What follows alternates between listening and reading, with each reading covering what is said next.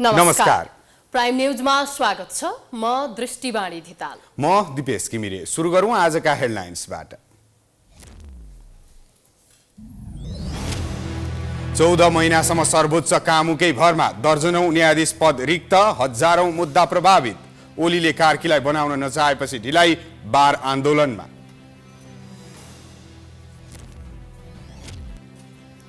कपनमा निरु पाण्डेको हत्या लुटपाटको उद्देश्यले भएको निष्कर्ष। हत्या अभियोगमा एकजना पक्राउ, अझै सूक्ष्म रूपमा अनुसन्धान अघि बढाइएको प्रहरीद्वारा प्रश्न। आविष्कार केन्द्रका महावीर पुनको आन्दोलनमा शीर्ष नेताहरूदेखि नागरिक समाजको ऐक्यबद्धता, सरकारसँगको वार्ता सकारात्मक, भोलिसम्म माग पूरा गर्ने आश्वासन। सुडानमा जारी युद्धविराम भङ्ग, राजधानीमा आक्रमण गर्ने राष्ट्रिय सेनाको तयारी, अर्धसैनिकले कब्जा गरेको क्षेत्र फिर्ता गर्ने प्रयास, घरभित्रै रहन सर्वसाधारणलाई आग्रह। र एसीसी प्रिमियर कपको फाइनल खेलमा भोलि नेपालले युएईको सामना गर्दै जित्न सके पहिलो पटक एसिया कपमा स्थान बनाउने अवसर।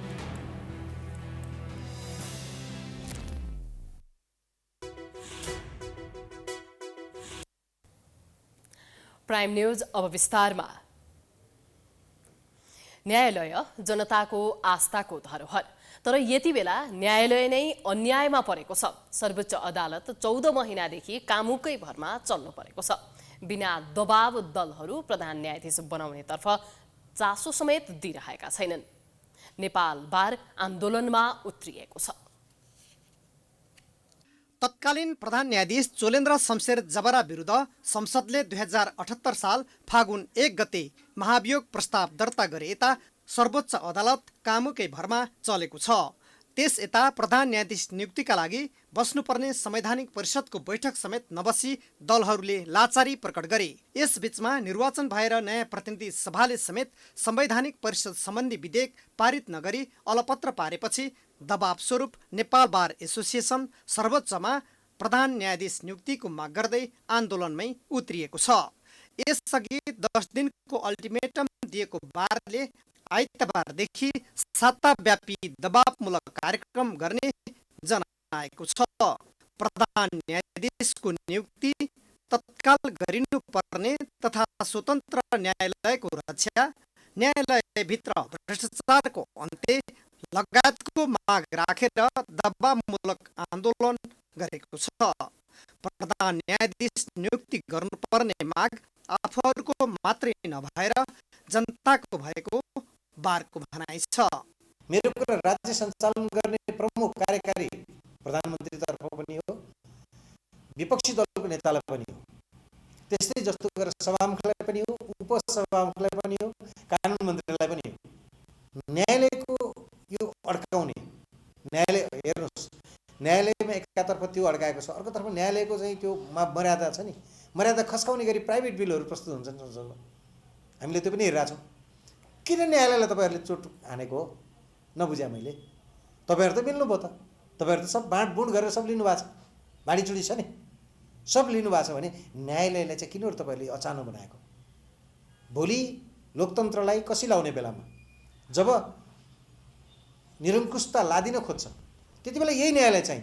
तत्कालीन प्रधान न्यायाधीश चोलेन्द्र शमशेर जबरा विरुद्ध संसदले महाअभियोग प्रस्ताव दर्ता गरे यता सर्वोच्च कामुकै भरमा छ। यसअघि पनि दीपक कुमार कार्की कामु प्रधान न्यायाधीशको जिम्मेवारीमै सेवानिवृत्त भएका थिए। त्यस यता हरिकृष्ण कार्की कामुको जिम्मेवारीमा छन्।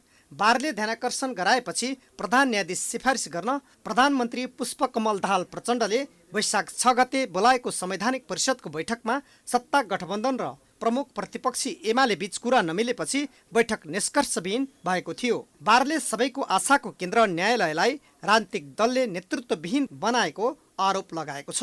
कार्यपालिका बन्यो, व्यवस्थापिका पनि अङ्ग प्रमुख पूर्ण भयो, कार्यपालिका पनि पूर्ण भयो, राष्ट्रपति निर्वाचित हुनुभयो, सबैतिर सबै कुरा पुरा हुने तर प्रधान न्यायाधीश नियुक्त नहुने, नेपालले प्रधान न्यायाधीश नपाउने यो स्थिति देखियो। त्यसैले हामीले यो आन्दोलन भन्नुहोस् या यो अभियान भन्नुहोस् या यो दबावमूलक कार्यक्रम त्यस कारण सुरुवात गरेका हौँ। न्यायपालिका भनेको लोकतन्त्रको धरोहर, यो धरोहरलाई बचाउनका लागि त्यसले प्रमुख पाउनुपर्छ, भन्ने कुरा चाहिँ केसँग सम्बन्धित छ भने यसको साखसँग जोडिएको छ। यो केवल न्यायपालिकाको साखसँग मात्रै होइन, यो लोकतन्त्रको पनि साखसँग जोडिएको छ। अहिले सर्वोच्चमा 5, उच्च अदालतमा 50, जिल्ला अदालतमा 30 भन्दा बढी न्यायाधीश रिक्त छन्। न्याय परिषदको बैठक नबस्दा लामो समयदेखि कर्मचारीहरूको सरुवा बढुवा प्रभावित भएको छ। सरकारले भने सर्वोच्चको प्रधान न्यायाधीश र न्यायाधीश नियुक्तिका लागि तयारी भइरहेको बताएको छ। विगतमा पनि संवैधानिक परिषदमा प्रधानमन्त्री अल्पमतमा परेपछि परिषदको कार्यविधि परिवर्तन गर्न पूर्ववर्ती ओली र देउवा सरकारले अध्यादेश ल्याएका थिए। विधि, प्रक्रिया र परम्परालाई चुनौती दिँदै ल्याइएका कतिपय अध्यादेशको विरोध र दबावपछि फिर्ता गर्न सरकार बाध्य भएको थियो भने ओलीले ल्याएको एक अध्यादेश कार्यान्वयनमा आएको थियो।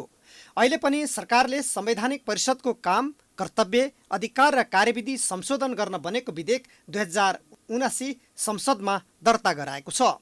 विधेयकमा पहिलो बैठकमा गणपूरक संख्या पुग्न अध्यक्षसहित 5 सदस्य उपस्थित हुने, सर्वसम्मत हुन नसके कम्तीमा 50% सदस्यको बहुमतले निर्णय गर्ने उल्लेख छ। तर प्रमुख प्रतिपक्षी एमाले 50% को ठाउँमा बहुमतले निर्णय गर्नुपर्ने भन्दै विमति राखेको कारण विधेयकमा सहमति जुट्न अगावै संसद अधिवेशन अन्त्य भएको छ। सतहमा बहुमतको प्रावधानको व्याख्या देखिए पनि खासमा हरिकृष्ण कार्कीलाई एमाले अध्यक्ष ओलीले प्रधान न्यायाधीश बनाउन नचाहेकै कारण ढिलाइ भएको बताइन्छ। पूर्व एमालेकै पृष्ठभूमिका कार्कीबाट एमाले अध्यक्ष ओलीले संसद विघटनमा आफ्नो सिफारिसमा सकारात्मक सहयोग चाहेका थिए। तर कार्की संसद विघटनमा ओलीको सहयोगी नबनेपछि प्रतिशोध स्वरूप ओलीले कार्कीलाई प्रधान न्यायाधीश बनाउन नचाहेको विषय सार्वजनिक भएको छ। यो वा त्यो बहानामा सर्वोच्चलाई कामुकै भरमा अनन्तकालसम्म लैजाने छुट दलहरूलाई छैन। यो विषय हेक्का राख्न जरुरी छ।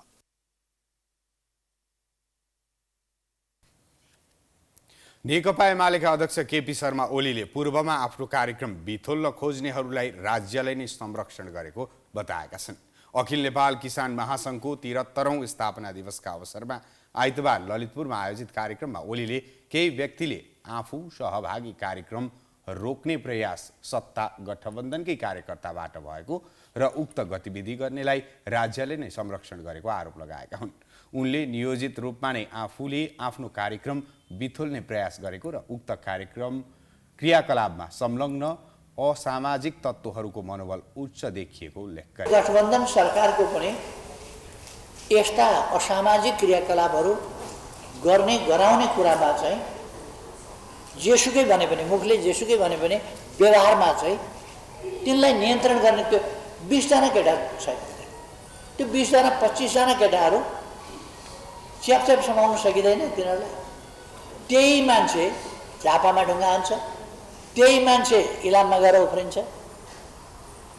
त्यही मान्छे फिदिम गएर उफ्रिन्छ, त्यही मान्छे तेर्थम गएर उफ्रिन्छ, त्यही मान्छे फर्केर आएर फिदिममा उफ्रिन्छ। फेरि तिनै मान्छे,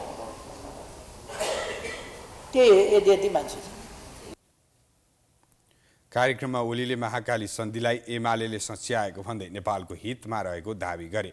राजतन्त्र मान्नेहरूलाई ओलीले स्वार्थी, फटाहा र अज्ञानीको संज्ञा दिएका छन्।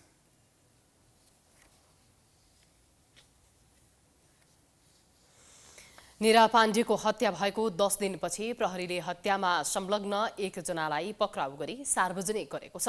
झापाका विनोद विश्वकर्माले सुन लुट्नका लागि निराको हत्या गरेको प्रारम्भिक अनुसन्धानले देखाएको छ। आफ्नै पसलमा बसिरहेकी निरा पाण्डेको हत्या सुन्दै डरलाग्दो तरिकाबाट भयो। वैशाख 7 गते अन्दाजी दिउँसो 2:44 बजे झापाका 35 वर्षीय विनोद विश्वकर्माले उनको निर्मम हत्या गरेको प्रहरी अनुसन्धानले देखाएको छ। प्रहरीका अनुसार भक्तपुरको लोखनथली स्थित साथीको डेरामा बस्दै आएका विनोद 7 गते बिहान 10-11 बजेको सेरोफेरोमा चाबहिल केएल टावर हुँदै सरस्वती नगर पुगे। कालो पहिरन र अनुहारमा मास्क लगाई एउटा ब्याग बोकेर विनोद भाडा किन्ने बहानामा सरस्वती नगर स्थित निराको पसलमा पुगेका थिए। विनोदले पसलमा भाडा रोजेर किन्न आएको जस्तो गरेर पैसा अपुग भएको कारण देखाउँदै एटिएममा पैसा निकालेर आउने बताएका थिए। केही क्षण पश्चात गोलामा लगाएको सिक्री चोर्ने मनसायले विनोद पुनः निराको पसलमा आएका थिए। पसलको काउन्टर पछिल्लो भागतिर रहेको दाउ छोपी उनले आफ्नो हातले निरामाथि प्रहार गरेका थिए। निराले चिच्याउँदै प्रतिकार गर्न खोजेपछि विनोदले पसलमै रहेको धारिलो चक्कुले निरालाई मृत्युको नजिक पुर्याउने गरी छिया छिया बनाएका थिए। चक्कु प्रहार गरी गम्भीर घाइते बनाएपछि विनोदले निराको गलामा भएको करिब 1 तोलाको सिक्री र काउन्टरमा भएको केही रकम लिएर त्यहाँबाट भागेका थिए। प्रहरीले सङ्कलन गरेको सीसीटीभी फुटेजमा विनोद सेतो टेम्पो चढी ओम अस्पताल र एक बाइकको प्रयोग गरी जडीबुटी र अर्को बाइकको प्रयोग गरी आफ्नो साथीको डेरा भक्तपुर पुगेका थिए। गम्भीर घाइते अवस्थामा निरालाई स्थानीय माया गेवालीले देखेपछि आफन्त स्थानीय र प्रहरीलाई खबर गरेकी थिइन्। त्रिवी शिक्षण अस्पतालमा उपचारका क्रममा निराको ज्यान गएको थियो। प्रहरीले बताए अनुसार विनोदले निराको करिब 1 तोलाको सुनको सिक्री तारकेश्वर पाथीभरा सुनचाँदी पसलमा 55,000 रुपैयाँमा धरौटीमा राखेर वैशाख 13 गते झापा पुगेका थिए। प्रहरीले वैशाख 16 गते राति 10 बजे झापाको बिर्तामोडबाट विश्वकर्मालाई पक्राउ गरेको थियो। हिजो राति 10 बजेतिर झापाबाट यस घटनामा संलग्न विनोद विश्वकर्मालाई पक्राउ गरिएको छ। पेसाले बाउन्सर रहेका विश्वकर्मालाई क्यासिनो खेल्ने लत थियो। क्यासिनो खेलेरै उनले 3-4 लाख रुपैयाँ ऋण लगाएका थिए। आफू बस्ने गरेको डेरा भाडा पनि तिर्न नसकेपछि उनी भक्तपुर स्थित साथीको डेरामा बस्दै आएका थिए। मृतक निरा पाण्डे र उनको परिवारसँग विश्वकर्माको कुनै सम्बन्ध र चिन्जान देखिएको छैन। आफू ऋणमा रहेकाले पैसाकै लागि निराको हत्या गरेको विश्वकर्माले बयान दिएका छन्। हामीसँग जो फ्याक्टलाई इस्टाब्लिस गर्दा अहिलेसम्म देखेको मान्छे पात्र यही नै हो र बाँकी अब फर्दर हामीले हिजो राति 10 बजी समात्या हो। त्यसपछि झापाबाट लिएर आयौँ। ल्याइसकेपछि हामीसँग समय छ, टेक्निकल पार्टहरू हेर्छौँ, अरू उसको सोसल रिलेसनहरू हेर्छौँ, अरू पार्टहरू गर्न बाँकी छ। प्रहरी प्रधान कार्यालयले समिति गठन गरेसँगै एआइजी किरण बज्राचार्यले जिल्ला प्रहरी परिसर काठमाडौँ उपत्यका अपराध अनुसन्धान कार्यालय, केन्द्रीय अनुसन्धान ब्युरो CIB को सहयोगमा मीरा हत्या प्रकरणको अनुसन्धान थालेका थिए। निराको हत्या भएको 10 दिनपछि घटनामा संलग्न एकजनालाई प्रहरीले सार्वजनिक गरेको हो। क्यामेरामा दिनेश सार्कीका साथमा सुष्मन विश्वकर्मा, प्राइम टेलिभिजन, काठमाडौँ। विभिन्न माग राख्दै धरनासहितको आन्दोलन सुरु गरेका राष्ट्रिय आविष्कार केन्द्रका संस्थापक महावीर पुनको माग पूरा गर्न सरकार सकारात्मक देखिएको छ। आइतबार सिंहदरबारमा उपप्रधानमन्त्री तथा रक्षा मन्त्री एवं कानुन, न्याय तथा संसदीय मामिला मन्त्री पूर्णबहादुर खड्का, मुख्य सचिव शङ्करदास बैरागीसँगको वार्ता सकारात्मक भएको पुनले जानकारी दिए। 4 बुँदे मागका विषयमा छलफल गर्न सरकारले वार्ता टोली गठन गर्ने र छिटोभन्दा छिटो माग पूरा गर्ने सहमति भएको पुनले बताए। सरकारले पूरा गर्न सक्ने माग मात्रै आफूले राखेको भन्दै 4वटा मागका बारेमा सरकारी टोलीलाई जानकारी गराएको उनले बताए। उनले आफ्ना मागबाट पछि नहट्ने स्पष्ट पारे।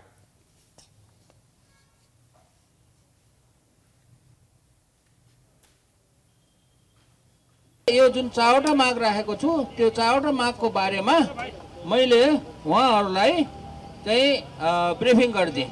यस्तो यस्तो माग हो र यो माग चाहिँ सरकारले पुरा गर्न सक्ने माग हो। हामीले सरकारले पुरा गर्नै नसक्ने माग चाहिँ राख्दैनौँ। हामी त्यस्तो बुद्धु छैन, किनभने सरकार भनेको आफ्नै सरकार हो। आफ्नो सरकारलाई चाहिँ अप्ठ्यारो पार्ने माग त राख्नु भएन। तर यो जति 4वटा माग छ यो सबै एक एक गरेर मैले बताएँ र उहाँहरूलाई चाहिँ यही भने कि हामी चाहिँ यो मागबाट यताउता तलमाथि हुँदैन।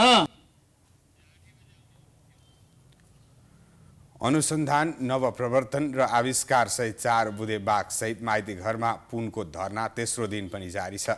सरकारले खोज, अनुसन्धान र आविष्कारमा बेवास्ता गरेको भन्दै उनले आन्दोलन स्वरूप शुक्रबारबाट धरना सुरु गरेका हुन्। पुनले अनुसन्धान, आविष्कार, नवप्रवर्तनलाई सरकारले प्राथमिकतामा राख्न माग गरेका छन्। अनुसन्धानका लागि काम गर्न खोज्दा राज्यले नै सहयोग नगरेको उनको गुनासो छ। महावीरसँगै धरनामा राजनीतिक दलका, पार्टीका नेता तथा सामाजिक अभियन्ताहरू पनि सहभागी भएका छन्। तेस्रो दिन राष्ट्रिय प्रजातन्त्र पार्टीका अध्यक्ष राजेन्द्र लिङदेन, चिकित्सा शिक्षा सुधार अभियन्ता डाक्टर गोविन्द केसी लगायतले पुनको धरनामा ऐक्यबद्धता जनाएका छन्। भारतमा उपचाररत राष्ट्रपति रामचन्द्र पौडेल आज स्वदेश फर्कँदैछन्। दिउँसो डिस्चार्ज भएपछि राष्ट्रपति पौडेल आजै स्वदेश फर्किन लागेका हुन्। उनी साँझ 8 बजे काठमाडौँ आइपुग्ने बताइएको छ। पौडेलको स्वास्थ्यमा राम्रो सुधार आएको राष्ट्रपतिको कार्यालयले जनाएको छ। पेट र छातीमा समस्या देखिएपछि पौडेललाई उपचारका लागि वैशाख 6 गते दिल्ली लगिएको थियो। भारतमा उपचाररत नेपाली कांग्रेसका नेता एवं प्रतिनिधि सभा सदस्य डाक्टर चन्द्रकान्त भण्डारी आज स्वदेश फर्किँदैछन्। 2.5 महिना उपचार गराएपछि उनी आज नेपाल फर्किन लागेका हुन्। गत फागुन 3 गते राति नै आफ्नै निवास बुद्धनगरमा ग्यास लिक भएर आगलागीबाट गम्भीर घाइते भएका थिए। भारतको मुम्बई स्थित नेशनल वार्न सेन्टरमा उपचाररत डाक्टर भण्डारी आज दिउँसो 3 बजेको नेपाल वायुसेना निगमको विमान मार्फत स्वदेश फर्किन लागेका हुन्। उनी साँझ 5 बजे त्रिभुवन अन्तर्राष्ट्रिय विमानस्थल आइपुगेका छन्। पछिल्लो समय डाक्टर भण्डारीको स्वास्थ्यमा सुधार आएको छ। उनी बोल्ने र हिँड्ने गर्न थालेका छन्। नेपाल फर्किएसँगै डाक्टर भण्डारी घरमा बसेर फिजियोथेरापी गर्नुका साथै पोलेको घाउ ड्रेसिङ गर्न अस्पताल जानुपर्नेछ। आगलागीमा परि सांसद भण्डारी र उनकी आमा हरिकला भण्डारी गम्भीर घाइते भएका थिए। आमा हरिकलाको भने उपचारका क्रममा कीर्तिपुर अस्पतालमा फागुन 4 गते निधन भएको थियो। प्राइम न्यूज जारी छ। हामी ब्रेकपछि आउँछौँ। ब्रेकपछि स्वागत छ। अब बाँकी न्यूज। भारतमा उपचाररत नेपाली कांग्रेसका नेता एवं प्रतिनिधि सभा सदस्य डाक्टर चन्द्रकान्त भण्डारी यति बेला भर्खरै मात्र विमानस्थलमा अवतरण गर्नुभएको छ। हाम्रा सहकर्मी यति बेला सुषमन विश्वकर्मा त्यहाँ पुग्नु भएको छ र यति बेला उहाँले पत्रकार सम्मेलन गर्नुभएको छ। हामी यहाँहरूको ध्यान केन्द्रित गराउँदछौँ विमानस्थलतर्फ।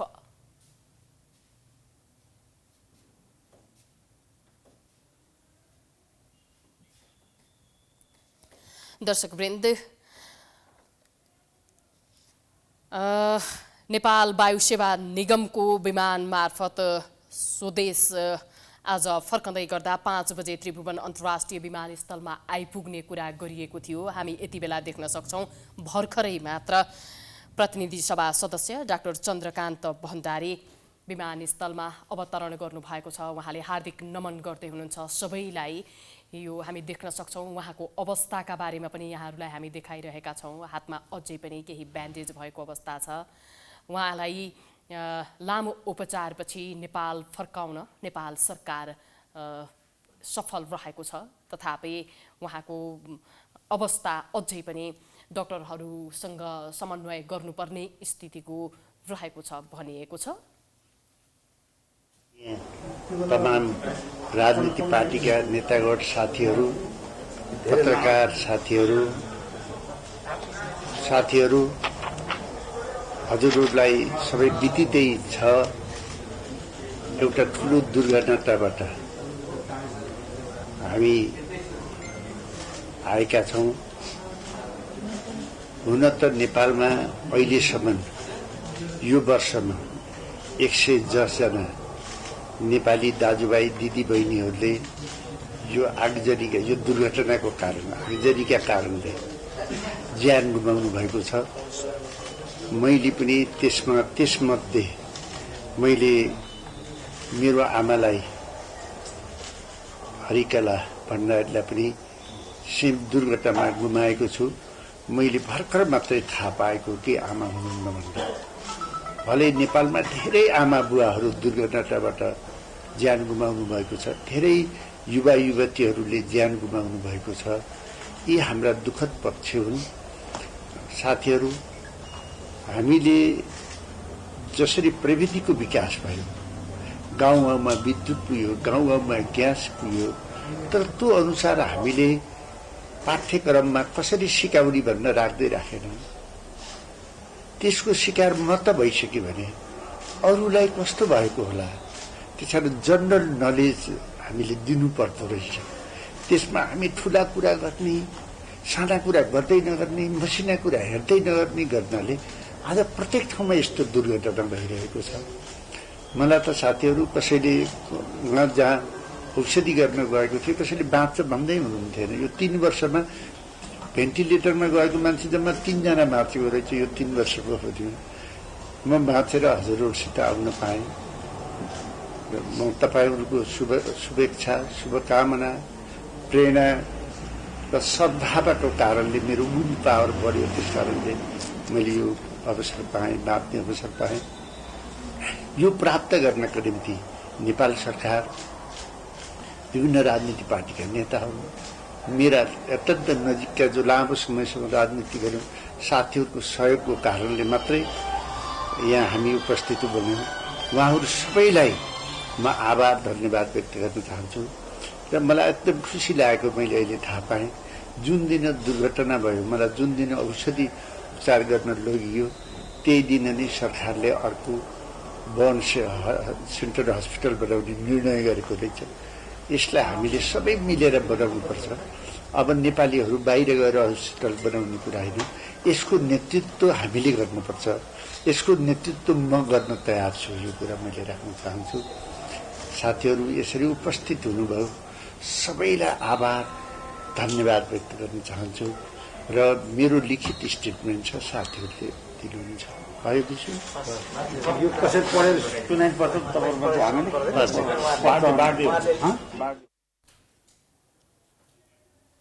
उहाँ हुनुहुन्थ्यो नेपाली काङ्ग्रेसका सांसद तथा नेता चन्द्र भण्डारी, जो त्रिभुवन अन्तर्राष्ट्रिय विमानस्थलमा ओर्लिने बित्तिकै संक्षिप्त प्रतिक्रिया दिँदै हुनुहुन्थ्यो। अब बाँकी समाचार।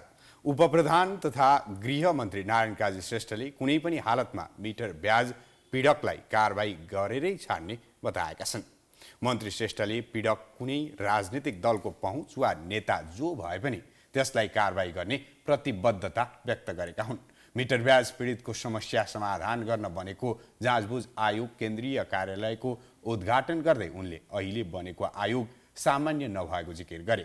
गृहमन्त्री श्रेष्ठले 6 दशकको सङ्घर्ष पश्चात भएको परिवर्तनमा मिटर ब्याज पीडितहरू सामन्तवादको भन्दा मजाक भएको मिटर ब्याजी सम्बन्धमा नै ठोस कानुनी व्यवस्था भयो भने यो कारबाही गर्न सजिलो हुन्छ र पीडितलाई न्याय दिन सजिलो हुन्छ भन्ने सुझावहरू प्राप्त भएकोले पहिलो त हामी विद्यमान कानुनमा संशोधन गरेर मिटर ब्याजी र अनुचित लेनदेनको प्रकरणलाई नै कानुनमा राखेर पीडकहरूलाई कारबाही गर्ने र पीडितलाई न्याय दिने प्रावधान सहित हामीले कानुन संशोधनको प्रक्रिया अगाडि बढाउने गरी सरकारले मन्त्री परिषदले त्यसलाई पारित गरिसकेको छ।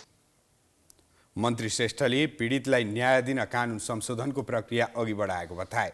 दलका नेताहरू मिटर ब्याजी भए पनि कारबाही गर्ने प्रतिबद्धता उनको छ।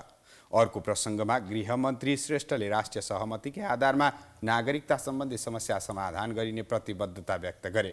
त्यसका लागि राजनीतिक दलहरूसँग छलफल प्रक्रिया अघि बढिसकेको उनको भनाइ छ।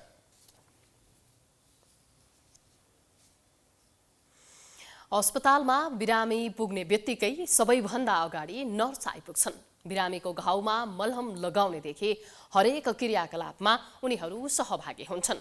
तर यिनै नर्स पेसालाई सरकारले उपेक्षा गर्दा लाखौं नर्स विदेश पलायन हुन बाध्य भएका छन्।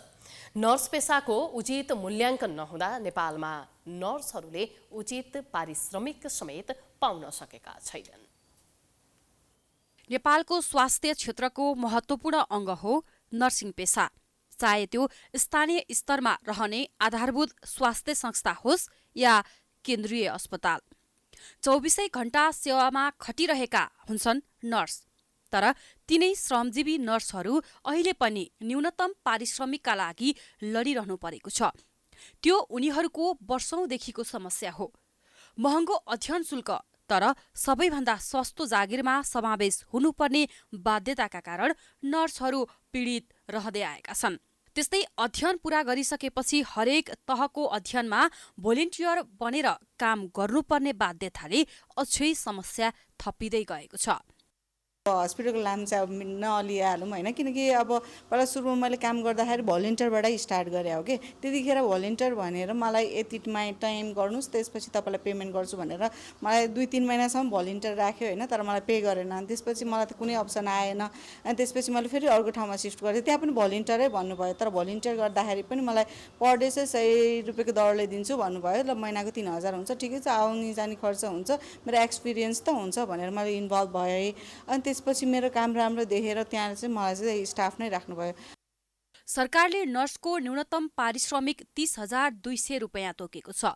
न्यूनतम पारिश्रमिक कार्यान्वयनका लागि सरकारले पटक पटक प्रयास गर्दै आए पनि कतिपय निजी तथा सरकारी अस्पतालको करार सेवामा यो नियम कार्यान्वयन हुन सकेको छैन। न्यूनतम पारिश्रमिक सरकारले तोके बमोजिम त छैन नै, निजी अस्पतालहरूले त अन्य सेवा सुविधा थपेर सो सरह पुर्याउने कोसिस गरेका छन्। तर अहिले पनि श्रम अनुसारको पारिश्रमिक नपाएका गुनासोहरू उत्तिकै छन्।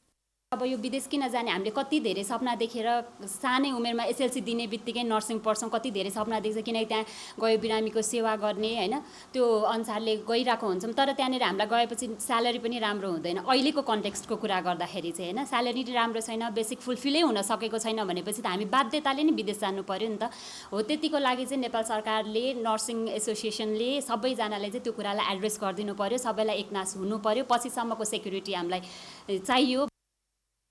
पारिश्रमिकको पाटो एकातिर छ, अर्कोतिर विश्व स्वास्थ्य संगठनको मापदण्ड अनुसार आइसियूमा 1 जना बिरामी बराबर 1 जना नर्स, जनरल वार्डमा 1 जना नर्सले 6 जनासम्म बिरामी हेर्नुपर्ने हुन्छ। तर नेपालमा नर्सिङ पेसेन्ट रेसियो नमिल्दा एक नर्सले मापदण्ड भन्दा धेरै बिरामी हेर्नुपर्ने बाध्यता छ। त्यहाँ रेसियो पनि मिलेको छैन, नर्स पेसेन्ट रेसियो पनि मिलेको छैन, अनि कति धेरैले काम पनि पाएको छैन भनेपछि त त्यहाँनिर ग्याप देखियो नि त। किन भन्दाखेरि उनीहरूले रिक्विट गर्न चाहेका छैनन्, उनीहरूलाई धेरै पे गर्नुपर्छ होइन। अब 2 जनाको काम एकैजनाले गर्छ भने 1 जनालाई एक्स्ट्रा किन दिने, तर त्यो 1 जनालाई मात्र दिएकोले त पेसेन्टले त क्वालिटी केयर पाएन नि त। त्यो कुरामा चाहिँ अवेर हुनु पर्यो, त्यो कुरामा म्यानेजमेन्टले पनि मिलाउनु पर्यो। त्यो अब पुगेको छैन भन्ने कुरामा हामीले पनि आवाज उठाउन सक्नु पर्यो होइन। अब यस्तै छ, म्यानेजमेन्ट यस्तै गर्छ, लोड पर्छ, त्यो हुँदै काम गर्नु हाम्रो पनि मिस्टेक भयो। हामीले पनि आफ्नो पोइन्टहरू स्ट्रङली राख्न सक्नु पर्यो, म्यानेजमेन्टले पनि त्यो कुरा बुझिदिन पर्यो। यदि क्वालिटी केयर नर्सलाई क्वालिटी केयर पेसेन्टलाई प्रोभाइड गर्नुपर्छ भने नर्स पेसेन्ट रेसियो मिलाउनु पर्यो। परिवारले जति कष्टका साथ नर्सिङ पढाएका हुन्छन् त्यो अनुसार नेपालमा रोजगारी नपाउने समस्या त अर्कोतिर रोजगारी पाए पनि कम पारिश्रमिक र कार्यस्थलमा हुने विभेदका कारण पनि धेरैजसो नर्सिङ जनशक्ति विदेश पलायन हुन बाध्य छन्।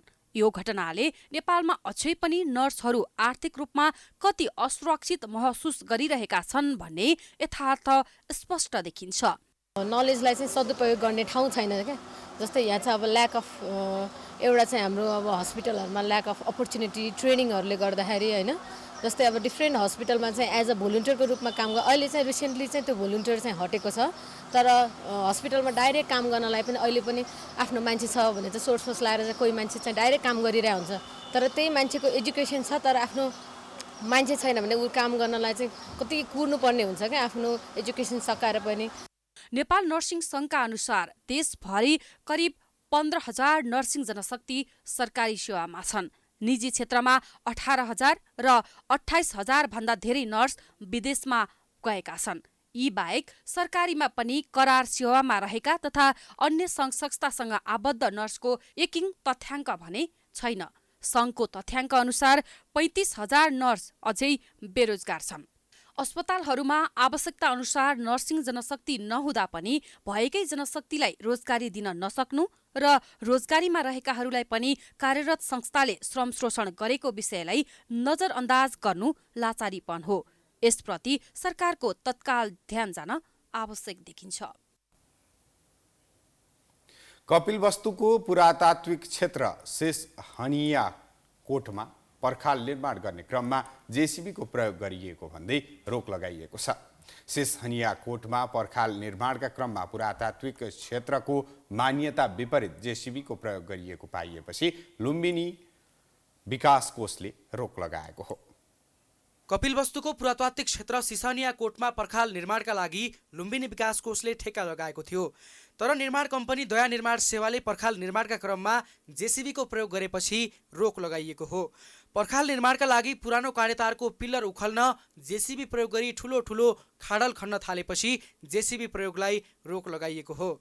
मापदण्ड विपरीत निर्माण व्यवसायीले जेसीबी प्रयोग गरेको पाइएको हो। लुम्बिनी विकास कोषले नै अनुमति दिएकाले आफूहरूले पुरानो तारबारमा रहेका पिल्लर उखेल्न जेसीबी प्रयोग गरेको निर्माण कम्पनीको भनाइ छ। अहिले त हामीले यो दिवाल मात्रै के अरे यो बाउन्ड्री वालको जो तारवाला छ नि त्यो मात्रै निकालिदिएछ क्या। निकाल्यो जेसीबी प्रयोग गरेर खनेरै निकाल्यो होइन त? खनेर जाने एकपल्ट खन्न त खन्ने पल्टाइएछ नि त्यति। सिसनिया कोट र सगरहवा क्षेत्रको 1700 मिटर पर्खाल निर्माणको काम दया निर्माण सेवाले लिएको छ। यता लुम्बिनी विकास कोषका इन्जिनियरले भने पुरानो काँडेतारको पिल्लर उखल्नका लागि मात्रै जेसीबी प्रयोग गर्न दिएको दाबी गरेका छन्। लुम्बिनी विकास कोषको योजना फाँट र प्राविधिकहरूले संरचना विकासका नाममा पुरातात्विक संरचना ध्वस्त हुने भन्दै जेसीबी प्रयोगमा रोक लगाइएको लुम्बिनी विकास कोषका परिषद सदस्य गोपीकृष्ण शर्माले बताए। हामीले हिजो बस्ती छ, बस्ती हटाउनु पर्यो। बस्तीले गर्दाखेरि चाहिँ यहाँ पुरातात्विक स्थलहरू चाहिँ तल्लो भागमा भए यसलाई निकालेर चाहिँ हामीले यसलाई कन्जर्भेसन गर्नुपर्छ भन्ने कुरामा चाहिँ हामी जाने। अनि त्यहाँबाट चाहिँ अहिले चाहिँ पुरा जेसीबी लगाएको छ। जेसीबी लगाउँदा त स्ट्रक्चर त रहेछ भने त भत्किन्छ त, भत्किसकेपछि त फेरि त्यसलाई त्यो अवस्थामा त पुर्याउन सकिँदैन। पुरातात्विक क्षेत्रमा जेसीबी सहितका उपकरण प्रयोग गर्न नमिल्ने लुम्बिनी विकास कोषका पुरातत्व अधिकृत हिमाल उप्रेतीले बताएका छन्। सिसेनिया भन्नु सिसेनिया आफैमा पनि प्राचीन कपिलवस्तुको राज्यको राजधानी तेलरकोट सिटीको चाहिँ हामीले जुन बनावट प्राप्त गरेका छौँ, सिसेनिया पनि सेम त्यही किसिमको प्राचीन कपिलवस्तुको चाहिँ एउटा त्यो सिटी हो। त्यो एकदम प्लान गरिएको सिटी हो। त्यो त्यहाँनिर जेसीबी चलाउनु बहुत दुःखद घटना हो। त्यसले चाहिँ एउटा इतिहासलाई नै नष्ट पार्ने सम्भावनाहरू धेरै प्रबल हुन्छ। 15 महिनामा सम्पन्न गर्ने गरी सिसनिया स्थित पुरातात्विक क्षेत्रमा ब्रिक स्टोन तारबारको काम र पर्खाल निर्माणका लागि भ्याट सहित 4,89,82,200 रुपियाँमा ठेक्का सम्झौता भएको छ। चितवन राष्ट्रिय निकुञ्जमा वन्यजन्तुको वासस्थान जोगाउन तालतलैया मर्मत र घाँसे मैदान व्यवस्थापनमा समस्या देखिएको छ। बजेट अभावसँगै कार्यविधि नभएका कारण चितवन राष्ट्रिय निकुञ्जमा घाँसे मैदान व्यवस्थापनमा समस्या देखिएको हो। निकुञ्जभित्र 10,000 हेक्टर क्षेत्रफलमा घाँसे मैदान व्यवस्थापनको काम हुँदै आए पनि बजेट अभावले घाँसे मैदान व्यवस्थापनको काम क्षेत्रफलको हिसाबले पनि झन घट्दो क्रममा रहेको छ। गर्मी बढेसँगै वन जङ्गल सुक्खा हुने र ताल तलैया सुक्ने हुँदा वन्यजन्तु प्रभावित हुन सक्ने भएकाले ताल तलैयाको मर्मत गरी पानीको व्यवस्थापन गर्न विगतदेखि सुरु भए पनि पछिल्ला वर्षहरूमा बजेट अभावकै कारण समस्या देखिएको छ। चितवन निकुञ्जमा दुर्लभ एकसिङे गैंडा, बाघ, भालु, चित्तल, जरायो लगायत दुर्लभ वन्यजन्तुको वासस्थान छ। ताल तलैया घोल र घाँसे मैदान भएन भने वन्यजन्तुले वासस्थानमा फर्किने सम्भावना कम हुने समेत बताइएको छ। राज्य नै गम्भीर बन्नुपर्ने संरक्षण कर्मीहरूको माग पनि छ।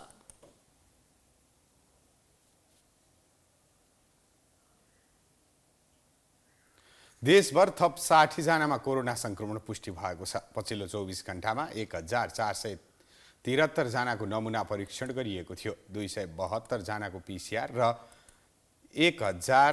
1101 जनाको एन्टिजेन विधिबाट नमुना परीक्षण गरिएको थियो। उक्त परीक्षणमा 60 जनामा कोरोना संक्रमण पुष्टि भएको स्वास्थ्य तथा जनसङ्ख्या मन्त्रालयले जनाएको छ। आइतबार 55 जना संक्रमण मुक्त भएका छन् भने हाल 328 जना कोरोनाका सक्रिय संक्रमित छन्। त्यस्तै 24 घण्टामा कोरोनाको संक्रमणबाट कसैको पनि मृत्यु नभएको मन्त्रालयले जनाएको छ। प्राइम न्यूज जारी छ। हामी ब्रेकपछि आउँछौँ।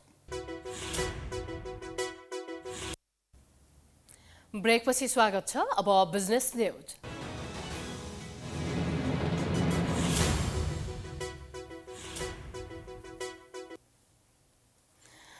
साताको पहिलो कारोबार दिन आज नेप्से परिसूचक 19.11 अङ्कले घटेको छ। 19.11 अङ्कले घटेर परिसूचक 1870.41 6.5 बिन्दुमा पुगेको हो। आज नेप्से परिसूचक घटे पनि कारोबार रकम भने अघिल्लो दिनको तुलनामा बढेको छ।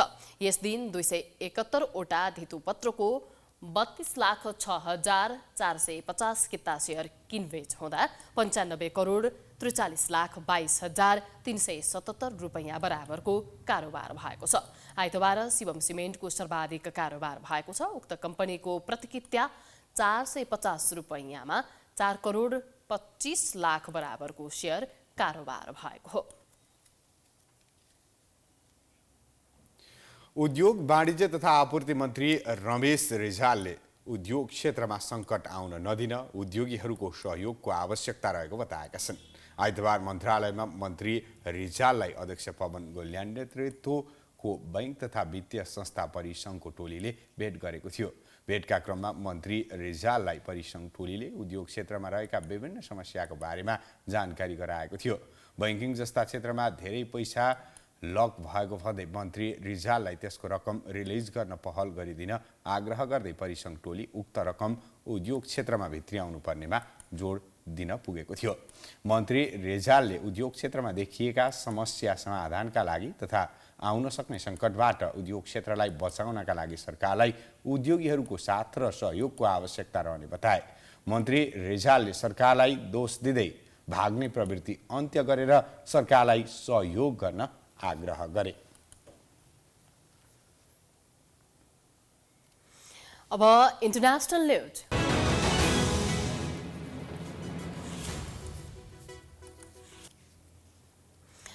सुडानमा युद्धरत दुवै पक्षले युद्धविराम भङ्ग गरेका छन्। युद्धविरामको अवधि 72 घण्टा थप गरिए पनि हवाई र जमिनी हमला जारी रहेको छ। राष्ट्रिय सेनाले राजधानी खार्तुममा आक्रमण गर्नका लागि ठूलो संख्यामा ट्याङ्क र तोप तैनात गरेको छ। सेनाले सर्वसाधारणलाई घरभित्रै बस्न र झ्यालबाट टाढा रहन अपिल गरेको छ। सेनाले राजधानी खार्तुममा चारैतर्फबाट हमला गरिरहेको जनाएको छ। युद्धविरामका बेला पनि सेनाले प्रतिद्वन्दी अर्धसैनिक बल ऱ्यापिड सपोर्ट फोर्सद्वारा कब्जा गरिएको क्षेत्रलाई पुनः कब्जा गर्ने प्रयास गरिरहेको छ। छिमेकी देश दक्षिण सुडानको सरकारले दुई पक्षका प्रतिनिधिहरूलाई शान्ति वार्ता गराउने प्रयास गरिरहेको जानकारी दिएको छ। सुडानका पूर्व प्रधानमन्त्री अब्दुल्लाह हमदोकले दुवै पक्षबीच संवादका लागि अन्तर्राष्ट्रिय स्तरमा एकीकृत प्रयास गर्न अपिल गरेका छन्। हमदोकले यसलाई मूर्खतापूर्ण लडाईँको संज्ञा दिँदै यसमा कुनै पनि पक्षको जित नहुने दावी गरेका छन्। यो युद्धका कारण देशको हालत सिरिया र लिबिया भन्दा खराब हुन सक्ने उनको चेतावनी छ। पछिल्ला 2 हप्तादेखि जारी युद्धमा 500 भन्दा बढीको ज्यान गइसकेको छ। अब स्पोर्ट्स न्यूज।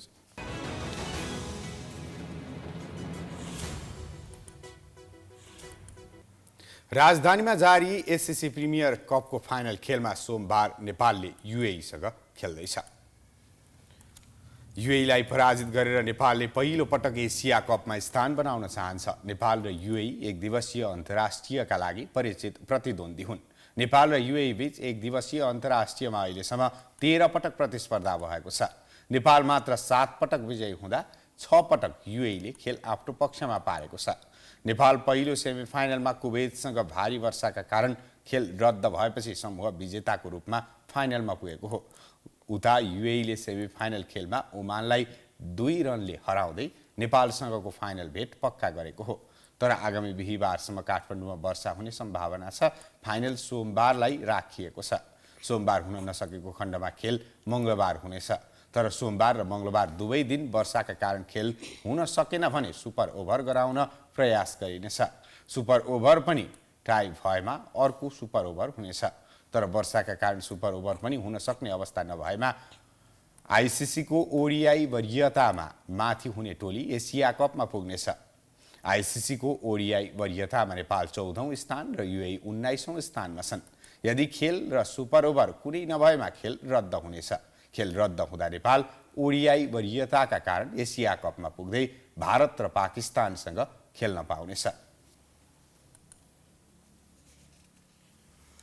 राजधानीमा जारी शहीद स्मारक डिभिजन लिग फुटबलमा हिमालयन शेर्पा क्लब र त्रिभुवन आर्मी क्लबले बराबरी खेल्दै अङ्क बाँडेका छन्। त्रिपुरेश्वर स्थित दशरथ रङ्गशालामा आइतबार हिमालयन र आर्मीले एक गोलको बराबरी खेल्दै अङ्क बाँडेका हुन्। शनिबार रोकिएको हिमालयन र आर्मी बीचको बाँकी खेल आइतबार भएको हो।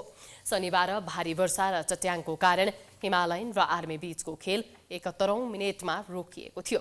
त्यही समयबाट आइतबार दुई टोली बीचको खेल भएको हो। बराबरीसँगै हिमालयनले 13 खेलमा 14 अङ्क जोडेको छ। आर्मीले 13 खेलमा 20 अङ्क जोडेको छ। त्यस्तै एन्फा कम्प्लेक्समा आइतबार भएको खेलमा जावला खेलले सङ्कटा क्लबसँग एक गोलको बराबरी खेलेको छ। सङ्कटा र जावला खेल बीच 51 मिनेटपछिको खेल आइतबार भएको हो। शनिबार च्यासल मैदानमा भारी वर्षा र चट्याङका कारण सङ्कटा र जावला खेल बीचको खेल स्थगित भएको थियो। यसै बराबरीसँगै जावला खेलले 13 खेलमा 24 अङ्क जोडेको छ। सङ्कटाले 13 खेलमा 16 अङ्क जोडेको छ।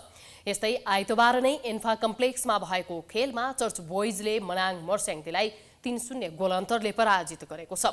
जितसँगै चर्च बोइजले 13 खेलमा 21 अङ्क जोडेको छ। पराजित मनाङले 13 खेलमा 15 अङ्क जोडेको छ। हामी प्राइम न्यूजको अन्त्यमा आइपुगेका छौँ। जाँदा जाँदै हेडलाइन्स पुनः एकपटक।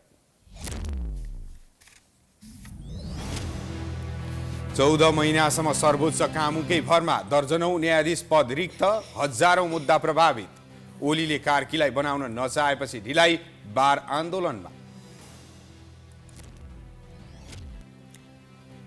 कपनमा निरु पाण्डेको हत्या लुटपाटको उद्देश्यले भएको निष्कर्ष। हत्या अभियोगमा 1 जना पक्राउ, अझै सूक्ष्म रूपमा अनुसन्धान अघि बढाइएको प्रहरीद्वारा प्रष्ट। आविष्कार केन्द्रका महावीर पुनको आन्दोलनमा शीर्ष नेतादेखि नागरिक समाजको ऐक्यबद्धता। सरकारसँगको वार्ता सकारात्मक, भोलिसम्म माग पूरा गर्ने आश्वासन। सुडानमा जारी युद्धविराम भङ्ग, राजधानीमा आक्रमण गर्ने राष्ट्रिय सेनाको तयारी। अर्धसैनिकले कब्जा गरेको क्षेत्र फिर्ता गर्ने प्रयास। घरभित्रै रहन सर्वसाधारणलाई आग्रह। र एसिसी प्रिमियर कपको फाइनल खेलमा भोलि नेपालले युएईको सामना गर्दै जित्न सके पहिलो पटक एसिया कपमा स्थान बनाउने अवसर।